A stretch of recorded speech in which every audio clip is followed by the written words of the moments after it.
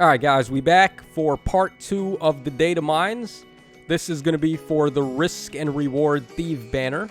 So we have the unit stats, we got Boons and Banes, we have info on the upcoming Sacred Seals. There's a very exciting one in that batch, so definitely stick around. We're going to talk about all of that. And we are going old school a little bit here, where I have the actual infographic from Mr. Gengar and Tsukasa. Definitely show him some love. I know what happened to Banpei-kun was pretty awful. So please treat the data miners nicely. You don't want to end up bullying them and then they leave the community and we're stuck without any data mines. So shoutouts to them, of course, always holding it down. So we're going to start things off with Sexy Cath. So she's got 39 HP, 37 attack, 43 speed, 21 defense, and 22 res, giving her a BST overall of 162.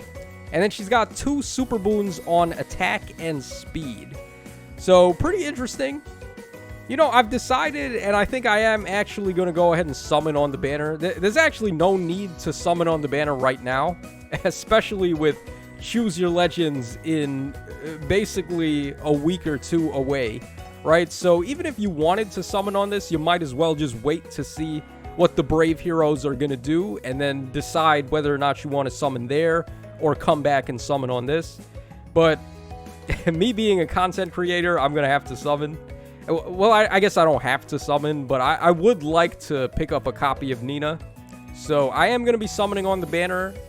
Leila, Cath, and Nina, surprise, surprise, the waifus are going to be the main targets, because they're the ones that walked out of here with the most impressive kits, I would say. Cath has Canto 3x3, so she's going to be able to warp herself after combat within a 3x3 grid surrounding herself. She also has Binding Necklace built into her weapons, so yeah, pretty raw, man. Having Binding Necklace on a Canto Cav unit is pretty wild, so yeah, the power creep is just in full swing here. Alright, let's go ahead and take a look at Leila up next. Shoutouts to Morph FE. So she's got 40 HP, 38 attack, 43 speed, 20 defense, and 25 res. And that gives her a 166 BST. And Leila's got super boons on attack, speed, and res. So her weapon has a fire sweep effect, and then she has a poison strike effect where she can do 10 chip damage to the target and foes in 2 spaces after combat. So what I was thinking was triple up on that, run Poison Strike on the Beast skill and the Seals, so you could just do 30 chip to the target and foes in 2 spaces. Seems like a pretty easy way to chip away at far save tanks, particularly Hector and Idun, that are not able to have Null Sea Disrupt and counterattack her. So with a couple of dancers, you're going to be able to just chip away at Hector over and over until you get rid of him. She is red though, so she has color disadvantage on him, but the one far save unit that does have Null Sea Disrupt, Fiorm, she's going to have color advantage there, so that is pretty nice. I think this Leila is pretty interesting.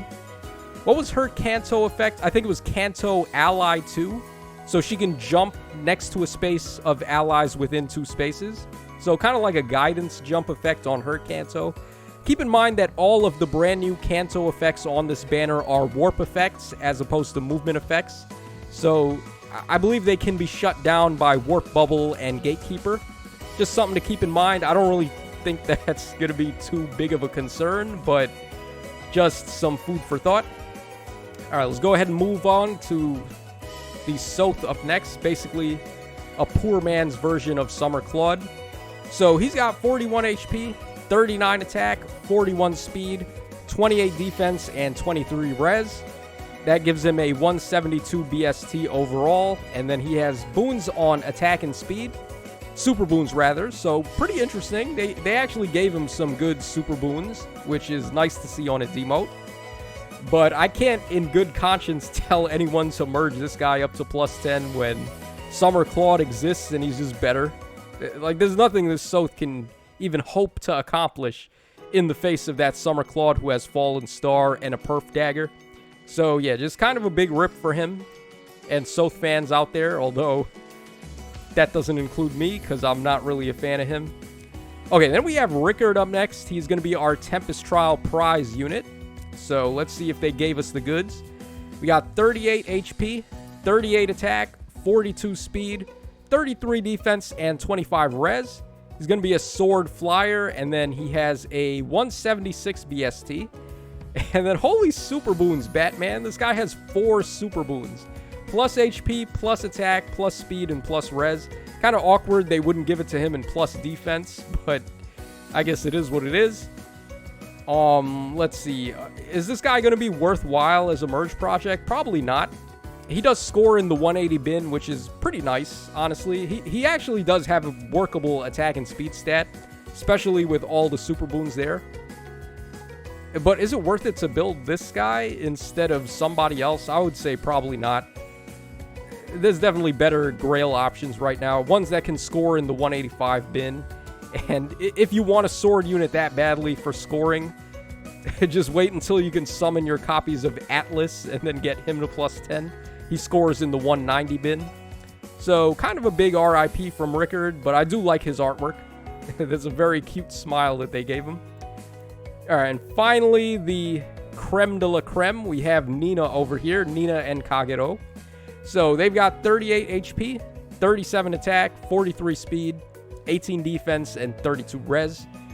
That gives her a BST of 168. And then they have double super boons on attack and speed. Exactly where they want them. So what is there to say about this unit? They're basically like a cracked out version of Yuri. Now, there are advantages to both sides. Yuri is an infantry type, so he doesn't get locked up by trench tiles and trees. Whereas Nina is a cavalry unit, so she's going to get blocked by all that stuff. Yuri, on the other hand, gains his bonus movement at the start of turn. So stuff like false start and also, stall ploy are going to be able to mess with him. And that's not going to happen to Nina because she just naturally always has plus 3 or just 3 movement as a cav. Then when it comes to combat, Yuri does have -1 special trigger, which is good in terms of using lethality. And he also has access to Time's Pulse because infantry type, as well as infantry pulse. So it's easier for him to get to his lethality. But Nina is just going to kill anything if she hits them with lethality. And there are ways to cooldown ramp her into it. Like you could run Duo Crom, have him use to change fate. That's -1 at the start of the turn. You could also have Asker on the team. That's another -1. So in like 2 turns, you can have lethality ready on this Nina while also using very meta units there that you would want to run on your Summoner Duels team anyway. And then when it comes to actual damage potential, this Nina is out of control. You got lethality. She has basically Blade Tome or Broadleaf Fan on her weapon, depending on which one is going to do more damage. So if she's at +6 to all stats or the enemy's at -6 to all stats, it's just going to count whichever one is going to give her more damage. So having the option to do both is pretty wild. And then not only that, she also has adaptive damage too. So I don't know what they were thinking with this Nina. Her duo skill is also reusable, another thing we haven't seen in quite some time. Gives her +1 movement, so if you thought Yuri was an annoying bitch with his +1 movement, say hello to Nina, who just has even more mobility and reach than Yuri had. And then, to top it all off, she has Canto Return. I can't remember if it was called Canto Return. Regardless, it just returns her to her original spot at the start of the turn after she attacks. So, this Nina's insane. I am going to try to summon her. I like the artwork too. It's pretty good. So, yeah, look forward to some summons tomorrow night at reset. The banner is going to drop not at this reset, but the one right after. So, keep an eye out for that. I'm gonna play the paralogs and then we're going to summon. Okay, then here are the sacred seals that we're getting. Obviously, the talk of the town is Distant Counter D. So what the D stands for, the D stands for many things, right? But in this particular case, the D stands for dragon. So this is Distant Counter for dragon types. Only dragons are going to be able to equip this, and otherwise it's just Distant Counter. Allows you to counterattack from any range. Doesn't come with any stats or any goods like that. But I've seen people downplaying this. They're like, oh, it's only for dragons. It's not that big a deal. Dude, What have I been telling everyone for the past couple of months? Like, dragons are on the rise. They're coming back. So having this encounter now with all the crazy dragons that just released, we have Ymir, we got Fallen Rhea, we have Medeus, we have Moosespell. Like, this is too many good dragons. Even Summer Niffle is a really good dragon. And I think Summer Niffle would make pretty good use of this too. So, all the people trying to naysay this and say it's like so restricted, they have no idea what they're talking about, man. Honestly, like, just this encounter, regardless of being locked to dragons or not, this is still a really crazy Sacred Seal to get. And as an added bonus, it also costs 300 SP. So we've reached a point now where the scoring has just gone all topsy-turvy, because now we have gold border B skills. We have a 300 SP seal. I haven't done any of the math yet to calculate like where scoring is going to be for units right now, but everything pretty much changed within the blink of an eye. So scoring in Arena is going to be very wonky for the next couple of whiles, especially after Brave units come out. We don't even know what's going to be on that banner. So scary times ahead. And then we're also getting Attack and Res Ideal. This one's going to be leveled up to level 3, so fair enough. I mean, the Ideal skills are quite good. So pretty solid for Sacred Seals. Okay, then we have here, this is the weapon effect for Rickard's weapon. So Florid Cane Plus, 14 might, 1 range, enables Canto Rem +1. At the start of combat, if foe's HP is over 75%, he gains attack and speed up 5 during combat. So pretty solid inheritable sword. Canto Rem on an inheritable sword is pretty good. And then you're also at least getting attack and speed up 5 out of it too. So it's not like you could just say, oh, run Canto and then in the B skill with Trace and then run a better weapon. Nah, I think this sword has actually got quite a few uses. Also on infantry units too, because infantry units cannot normally inherit Trace skills.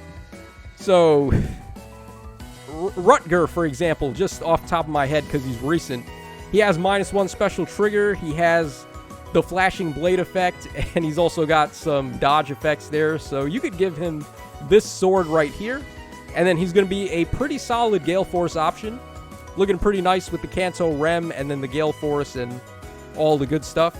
So this sword is going to be a pretty solid inheritable choice. Alright, and then finally we're moving on to the last bit of info here. We have the inheritance levels for the new skills.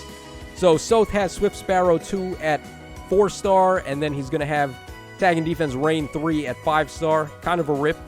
Would have preferred if these were flip-flopped, but guess it is what it is.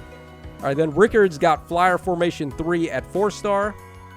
And then he's got Speed and Defense Oath 3 at 5-star. Honestly, fair enough. I'll take the Flyer Formation. I still find uses for this skill on certain units that don't need their B skill, which is rare, but there are quite a couple of units that have no real use for the B skill at the moment. So like Ninja Lin, you could give her like Trace, or you could give her Flyer Formation or Aerobatics. I have Aerobatics on her. So there are actually units that can still use this. Alright, then Leila's Defensive Res Smoke 3 has basically no restrictions other than staff units. Same as the other level 3 or level 4 smokes that we've seen. Alright, then we have Chill Defense 3. This is the gold border B skill.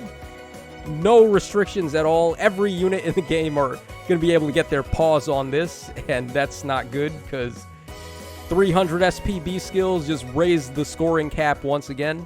Legendary Crom, or not Legendary, but Duo Crom is now the highest scoring unit in the game, and actually I guess Legendary Crom too, because both of them have To Change Fate, which is a 500 SP assist for some reason. That's the highest cost assist in the game, so they have a little bit of an unfair advantage with that skill. So this is going to hit pretty hard on both of them. And that's basically all there is. Let me just quickly refresh this, see if I missed anything. I don't think that I did, but it doesn't hurt to refresh. Alright, yeah, that's pretty much all there is. There's also story spoilers for the new Tempest trial, but we'll see that as it comes. So that's all for the Datamines, guys. Hope you guys enjoyed the coverage. Let me know what you think in the comment section down below. Are you guys going to be summoning, or are you going to be skipping for Choosy Legends? And that's all for now. So this is your boy Tacho signing out. Take care, fellas, and I'll catch y'all again on the flip side.